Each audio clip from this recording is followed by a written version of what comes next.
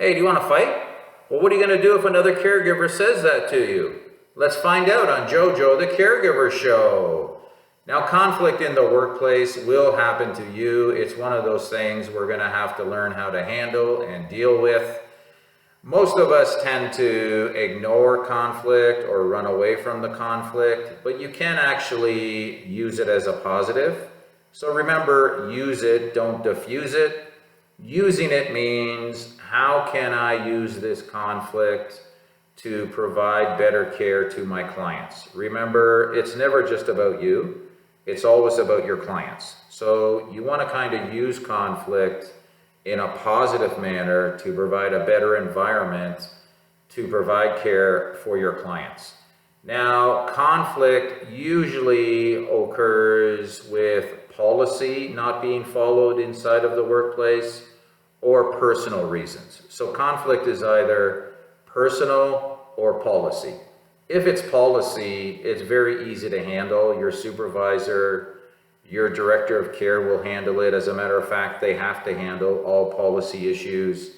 So things I've seen over the years against policy would be things like taking too long for your lunch break, showing up late all the time, leaving early, not wearing the right uniform or shoes, not wearing a name tag.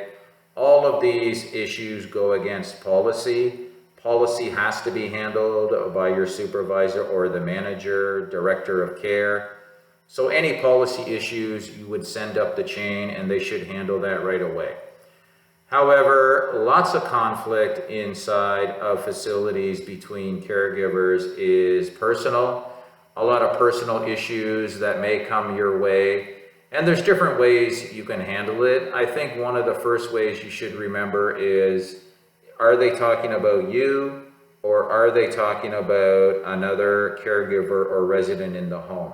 So whenever somebody comes at you with a negative statement, there's a little technique called bridging. Bridging is when you make a positive statement, so you're not kind of causing conflict. You're putting a positive statement out there to try and buy yourself some time so you can have a better response. If somebody is saying a negative to you, you always want to come back with a positive, because a negative plus a positive equals a positive situation.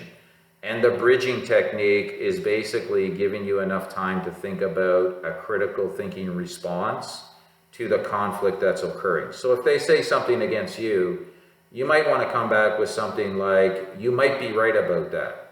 You're not really admitting that they are right. You just said, you might be right about that. This comeback usually diffuses the other caregiver because they actually think you're agreeing with them, and it kind of calms the situation down right away. Also, it's going to give you a chance to see how they respond. Maybe that type of thing will solve itself, and you're going to have enough time to kind of respond to that question through your critical thinking. Again, always in a positive manner. Or they might say something negative about another caregiver or even a client that you work with. In that case, you can come back with something general but positive, like maybe they're having a very bad day, maybe they got out of the wrong side of the bed. Those types of things are general. Sometimes you might get a laugh, which will also calm the other caregiver down. And I think the point is for you to remember that you're inside of the resident's house. Whenever you work in a facility or a hospital, you are kind of walking into their home. So you don't want any conflict to kind of get out of hand with yelling back and forth or some type of a power struggle. The other thing is, you deserve to be respected at work, and you also deserve to have a voice. So you're kind of figuring out if you should kind of handle the situation on your own, or should you bring it to up the chain to maybe your supervisor. If you go to your supervisor, do it in private, just you and your supervisor. Make sure the other caregiver's friends aren't looking through the window, because they'll get back to the caregiver you're having a conflict for sure. So you do it in kind of a private manner like that. Hopefully your supervisor will handle the situation anonymously, and you can take it from there. Now, every workplace has a few workers that cannot be solved or handled. These are called dysfunctional caregivers. They're angry, they're miserable, they don't get along with anyone. And if you think about those three things, that's punishment enough. They're going to go through their life having all sorts of problems because of their attitude, right? Attitude and stress will affect their health. So rest assured that they're going to have their own type of karma, take care of their own type of attitude. You should remain in what I call a professional state. State just means you look professional, you look positive, you communicate and talk in a positive manner, your body language matches your positive verbal language. Those are all part of a professional state while you're at work. You should always be thinking of your professional state before you walk into your place of work until the time you walk out.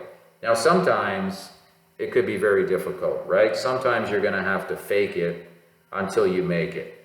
You can fake it until your kind of nervous system catches up with the new type of caregiver that you want to be. This usually takes 30 days at least for it to become kind of solidified in your brain and nervous system. But then you're going to find you start acting positively kind of automatically when you're at work. And that should kind of help the situation as well. If it is about you, there is a chance maybe it is about you. Your supervisor might kind of point towards you as the problem. If that's the case, you're going to have to practice more self-awareness when you're at work. Maybe even write down a few of the conflicts that you have at work. At the end of your shift, write down a few sentences about what happened, how you felt during your shift. You can kind of read them over and you're going to see different areas that you could kind of improve yourself on. Again, you're going to have to practice those things until they kind of become more of a part of you. And I think it's all about remembering your clients and remembering why you're there. You're there to serve your clients. You're there to be the difference in their lives. And if you kind of handle yourself in that professional manner, it will be a more of a positive situation for all of your clients. Hope that was helpful. And remember, like, share, subscribe, and I'll see you guys next time on JoJo the Caregiver Show. Bye.